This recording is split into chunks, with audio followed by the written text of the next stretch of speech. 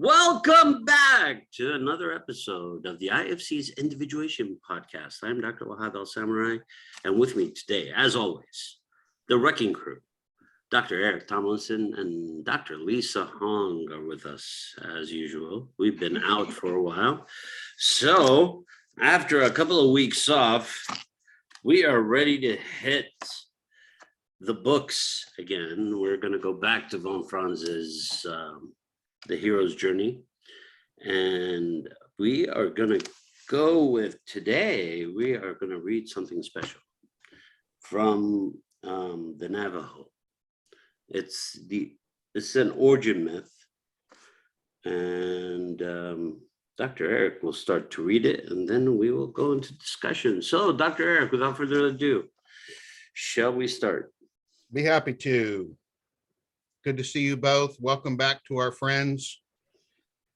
The Navajo origin myth, with its monumental images, contains similar symbolism as our last discussion.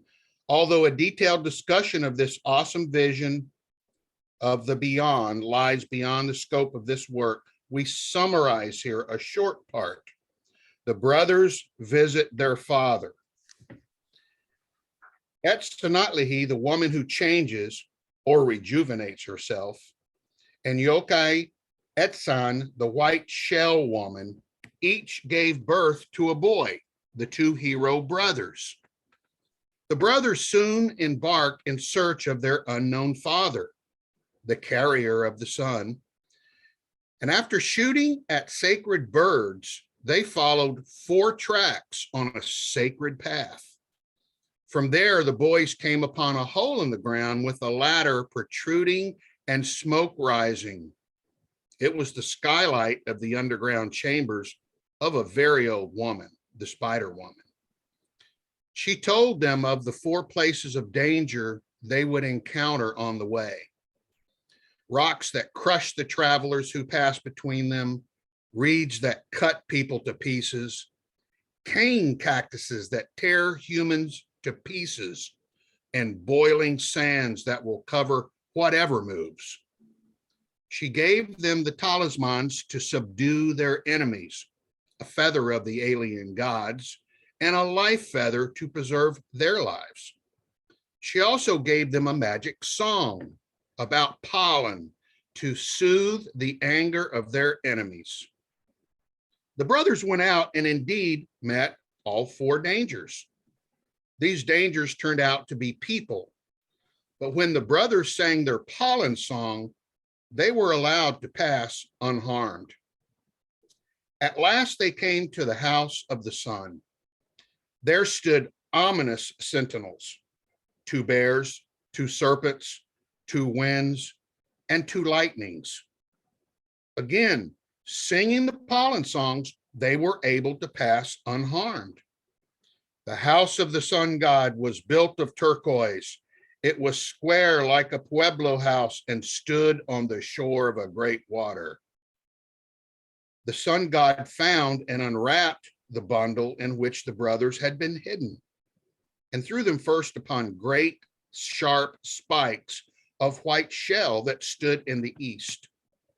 But the boys bounded back, unhurt from these spikes, for they held their life feathers tightly all the while. He then threw them in turn on spikes of turquoise in the south, on spikes of abalone shell in the west, and spikes of black rock in the north. The sun father did not believe they were really his sons and subjected them to a test in an extremely hot sweat lodge, heated with first a white, then a blue, then a yellow, and finally a black boulder. With the help of the winds, the boys survived, and the sun recognized them as real sons, but not fully convinced. He tested them once again with deadly tobacco smoke. Having been again forewarned by the wind, the smoke was sweet to them and did them no harm. At last, thoroughly satisfied they were indeed his sons, he asked the boys what they wanted from him. "Oh, father," they replied, The land where we dwell is filled with the Anaye, great demons who devour the people. They have eaten nearly all of our kind. There are few left. Already they have sought our lives, and we have run to escape them. Give us, we beg, the weapons with which we may slay our enemies. Help us to destroy them. Their father, Sohanoe, carrier of the sun, led the boys to the edge of the world, where the sky and the earth come close together, and beyond which there was no world. Here, 16 wands or poles leaned from the earth to the sky. 4 of these were of white shell, 4 of turquoise, 4 of abalone shell, and 4 of red stone. A deep stream flowed between them and the poles. The brothers crossed this river upon a rainbow bridge blown by the breath of the wind. The heroes climbed the red pole, which meant the path of war against the demons, with their father, and in some versions, the carrier of the sun rode a horse, who put on his robe of cloud, and taking one sun under each arm, he rose into the heavens. They journeyed on until they came to Yagahoka, the sky hole, which is in the center of the sky. The hole is edged with 4 smooth, shining cliffs that slope steeply downwards. Cliffs of the same material as the wands by which they had climbed from the earth to the sky. They sat down on the smooth declivities. So Hanoi on the west side of the hole, the brothers on the east side. The latter would have slipped down had not the wind blown up and held them to hold on.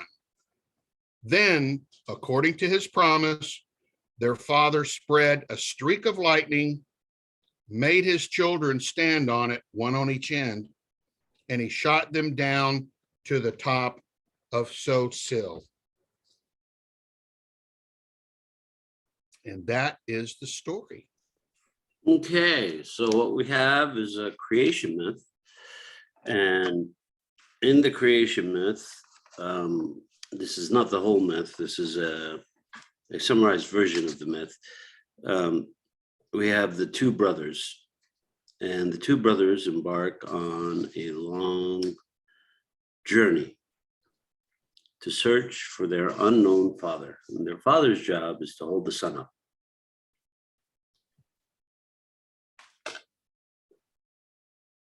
So along the way, they find a very old woman, the spider woman. She told them there are 4 places of danger in the world.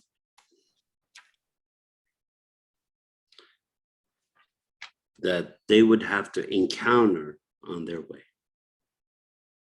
So the first one is rocks that crush the travelers who pass between them.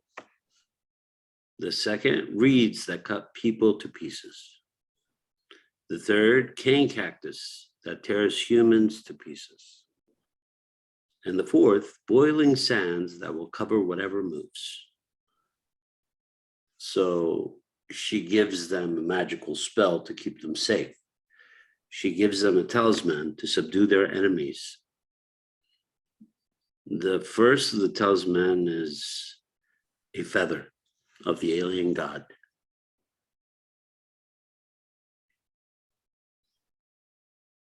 So this is Navajo tradition. So feathers are very, very sacred symbols. Very much. The symbol of the alien gods. The other feather is a life feather to keep them and preserve them and keep them alive. She also gave them a magic song about pollen to soothe the anger of the enemies.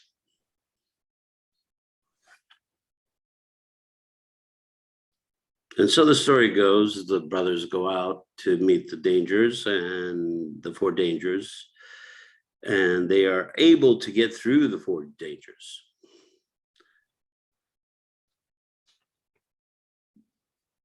When they come up with the last danger, the brothers sing their pollen song.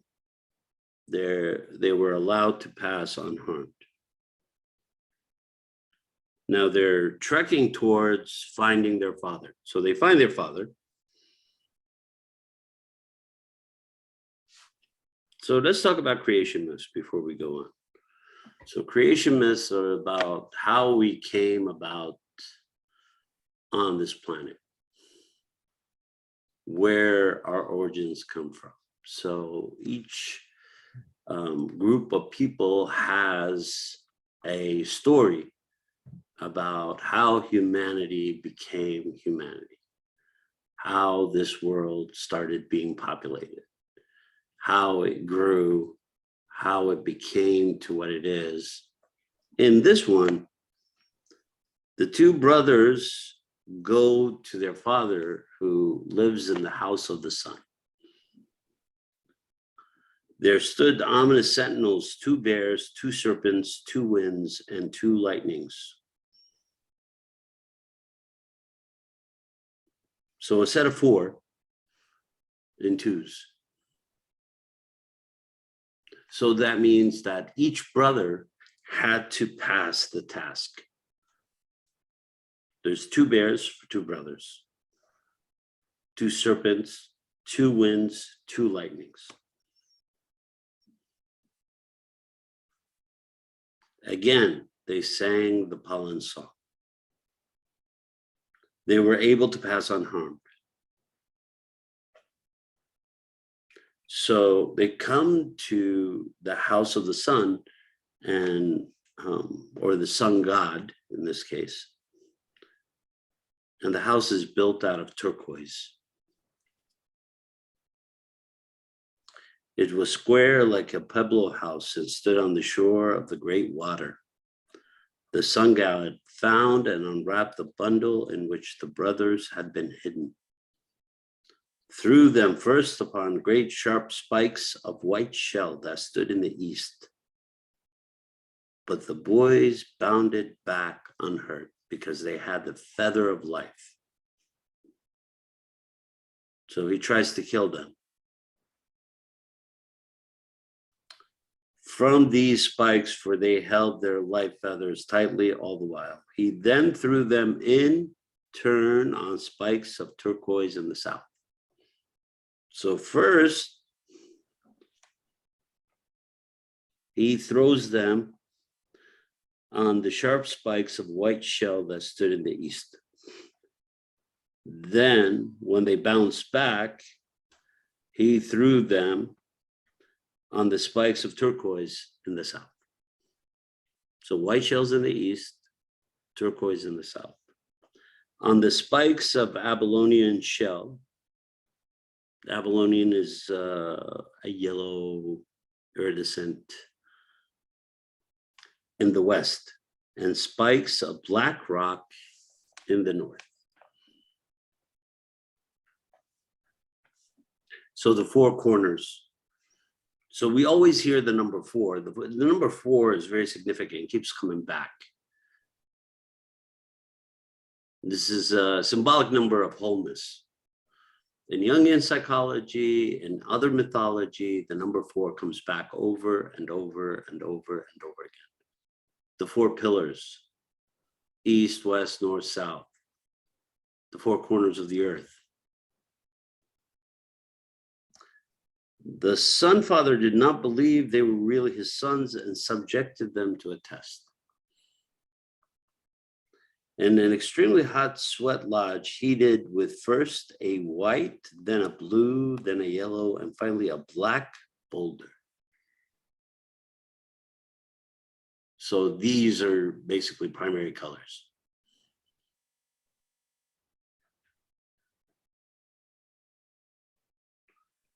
With the help of the winds, the boys survived, and the sun recognized them as the real sun.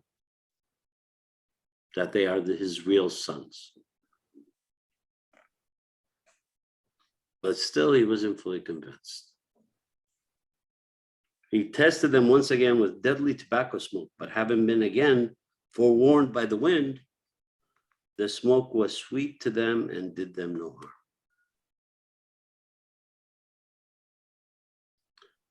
At last, that's the other feather.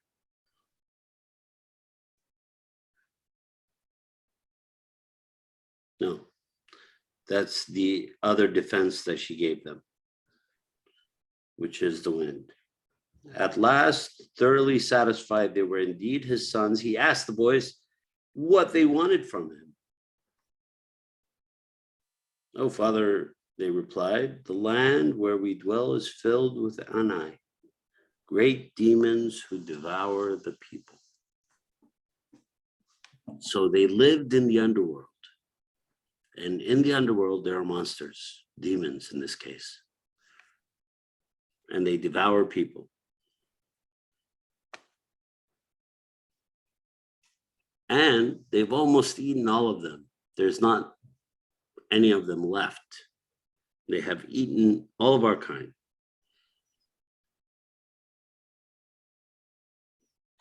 We have escaped them. So they asked their father for weapons to fight this enemy, to help them destroy the enemy, the demons. Their father, the carrier of the sun, led them to the edge of the world, where the sky and the earth came close together and beyond which there was no world. Here, 16 wands or poles lean from the earth to the sky. 4 of these were white shell. You see where this is going? 4 of them are turquoise. 4 of them are Babylonian shell. And the 4 of red stone. A deep stream flowed between them and the poles, and the brothers crossed the rivers upon a rainbow bridge blown by the breath of the wind. The heroes climbed the red pole, which meant the path of war against the demons with their father. In some versions, the carrier of the sun rode a horse, who put on his robe of cloud and take one sun under each arm. He rose into the heavens. He tucked them under his arms and took them up to heaven. They journeyed on until they came to the sky hole, which is the center of the sky. The hole is edged with 4 smooth, shining cliffs that slope steeply downwards, cliffs of the same material as the wands by which they have climbed from the earth to the sky. I wonder if they were talking about black holes, the sky hole. Interesting. They sat down on the smooth declivitives on the west side of the hole, the brothers on the east side. The latter would have slipped down had not the wind blown up and held them to hold on. Then, according to his promise, their father spread a stake of lightning, made his children stand on it, one on each end, and he shot them down to the top.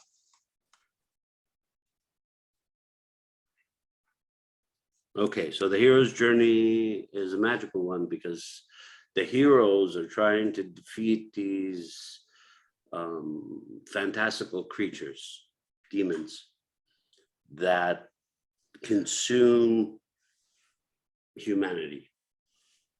And so they go on the hero's adventure. And in our other stories, where the heroes meet somebody who's going to help them along the way. In this case, the person is a spider woman or a very, very old woman So this is about wisdom, this is about knowledge, and this is about magic. Right. So the journey is of growth and development. How do we grow? How do we change? How do we develop? How do we start standing up for ourselves? How do we become who we want to become? What are we going to stand for? What are our ideals? How does the world work?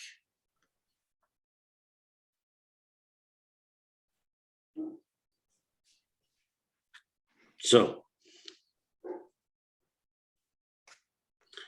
we know that the orientation, the house is a square, and the square shape of the turquoise house is an orientation of the four directions: east, west, south, north.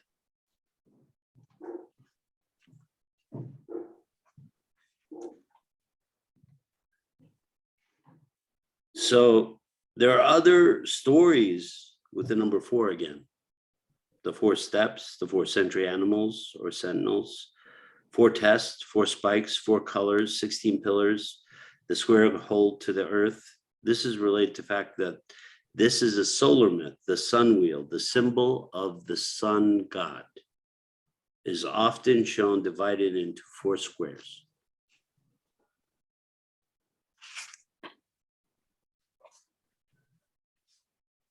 So,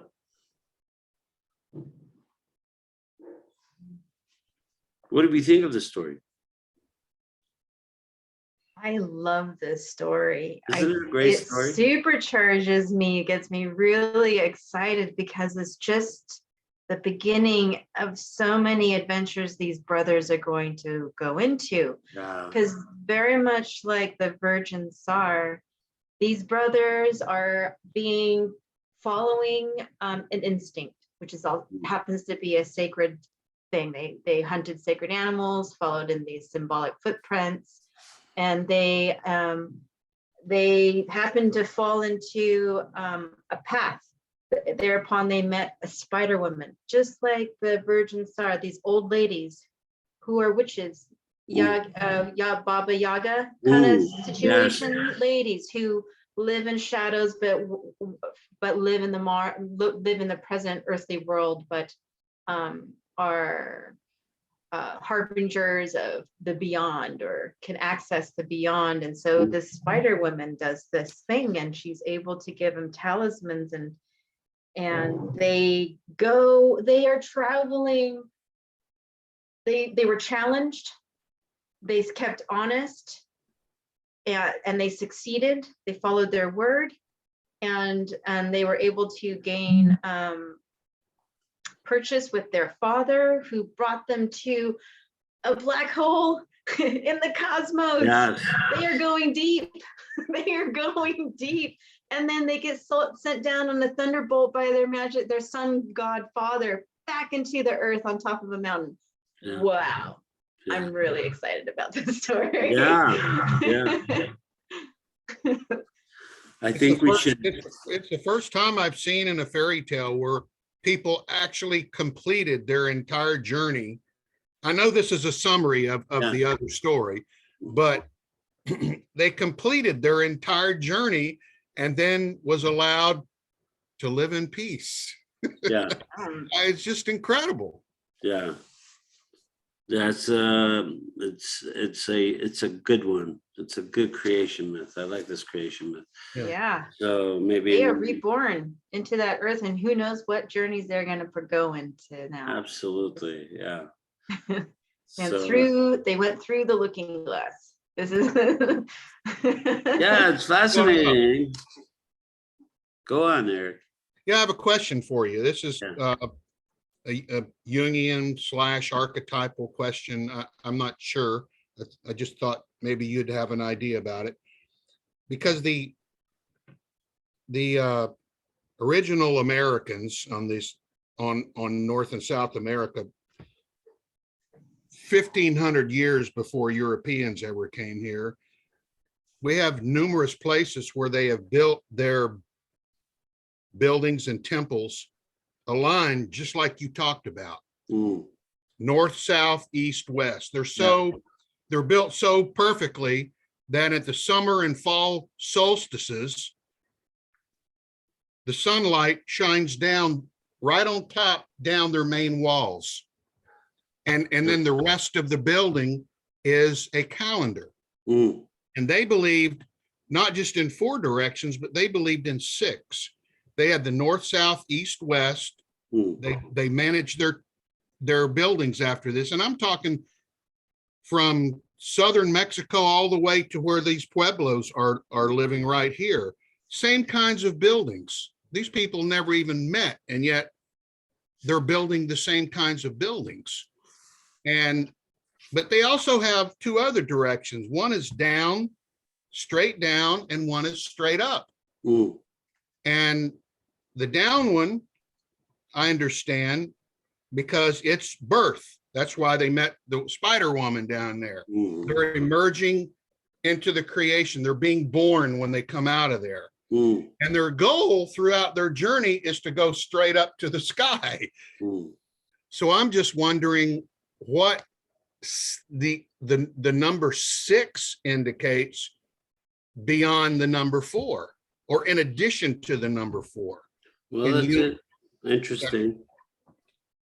I just wondered if you had any thoughts about that. Yeah, I think Jung saw the number 4 as reoccurring so often in so many different stories in so many different ways that he saw the pattern. I think what it was he recognized the pattern, that there's a pattern of 4 that shows up over and over and over again. And it seems like it orients us in the world. So the number 4, as in directional, orients us to the world, right? Yes. We also, the number 4 for the elements. So there's an elemental aspect to the number 4. So all of these, of course, all the numbers, I mean, so we talk about math, or we talk about algebra or calculus, or this is the unspoken language of the universe, right? We speak it, we understand. The more math we understand, the more we can understand the universe. That's what physicists did. That's what chemists did. Is the more they understood the math, the more they could understand and comprehend the universe. They couldn't comprehend it before without math. Math gave them a language to talk about it, right?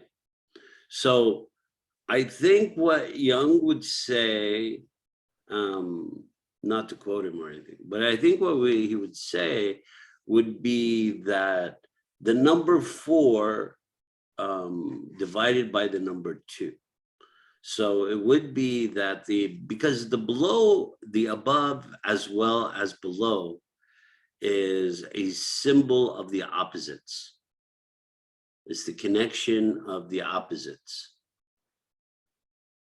So that is that would be the black hole.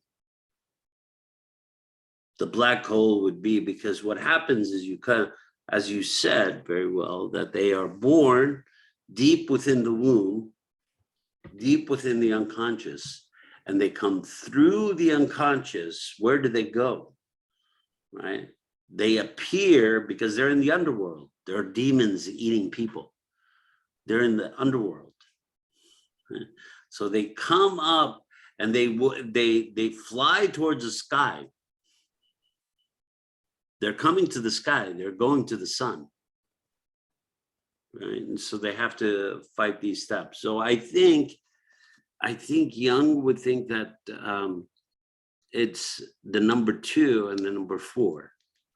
And I think it's the variation of the chain: 2, 4, 6, 8, 10, 12, 14, 16. I think it's that variation. It's that has a significance. Well, you know, it just, you saying that made me think of something, because I'm thinking flight of the sun. And then it just dawned on me, the summer and fall solstice that lines up perfectly with the main wall of their temple. What are the summer and fall solstices? It's when the sun is directly ahead, is directly above. Yeah. Yeah, it's interesting. It's between, it's right, it's directly in between. I'm talking about the equinox. I'm sorry, summer and fall equinox are right between the summer or the winter and summer solstices, which is the most extreme that the sun will be in the sky. I don't know. I'm just, I could be making that up. No. I mean, it's interesting because what we learned from the fairy tales, what we learned from these myths, these origin myths, is they are very much different from each other as stories. Yet there are aspects of them symbolically that are very, very much the same in these origin stories. There's a journey to find that which has not been created. And so if it's Adam and Eve, in this case, it's two brothers, it's a journey that needs to be completed. Right? So I think we could do a whole series on origin myths, which might be interesting someday. But I like this story. I agree with Lisa. I think this is a great story. And I think this is, they're going to have some great adventures, these two. I think it also encourages Dr. Lahab to use every resource we have available to us. Correct. That's what they did. And it also encourages us to keep trying and to keep moving toward the goal of our journey. Yes. And we can't just sit around and wait for it to happen. We have to do something. We have to act. We have to move. And we also have to ask questions. Yeah. They ask questions. Yeah. They ask for help. And it's a dangerous journey. Yes. Yeah. Yeah. Well, birth is a dangerous journey.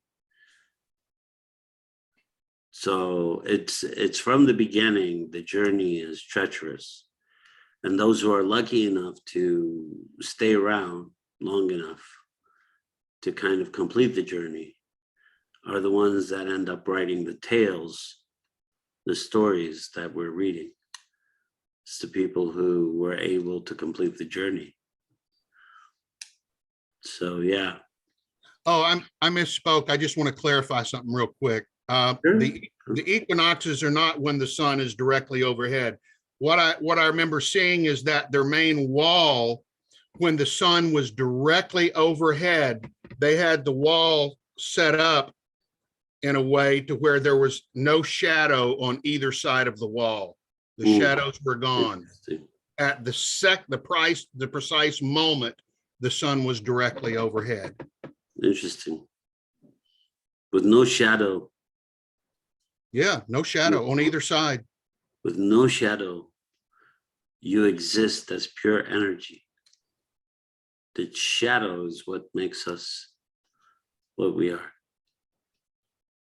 And this is occurring 500 years to 1,000 years before Europeans ever set foot on this side of the world. Yeah, I mean, we went into Montezuma in the past, in past podcasts. We talked about Montezuma and the story of Montezuma. So yeah, Very fascinating. very spiritually minded, and they always tied into the earth somehow. Yeah, and the earth and space. Yes. And the way Yeah, it's fascinating. With that, this is our week of origin myths. So our origin myth for the week. So we missed everybody. We're happy to be back, and we will continue our journey with Mary Louise von Franz, the hero's journey. So come back next week. We will endeavor to read, interpret. She's getting a little tricky. These are getting really dense. So we will endeavor to interpret and help you understand these stories, because we think they're stories that should be told over and over again. These are some of the great stories. All right, with that, we are the Institute for Conflict, and we are not afraid. We are not afraid. You're not afraid. And we will be back next week on the IFC's Individuation podcast. Till next week.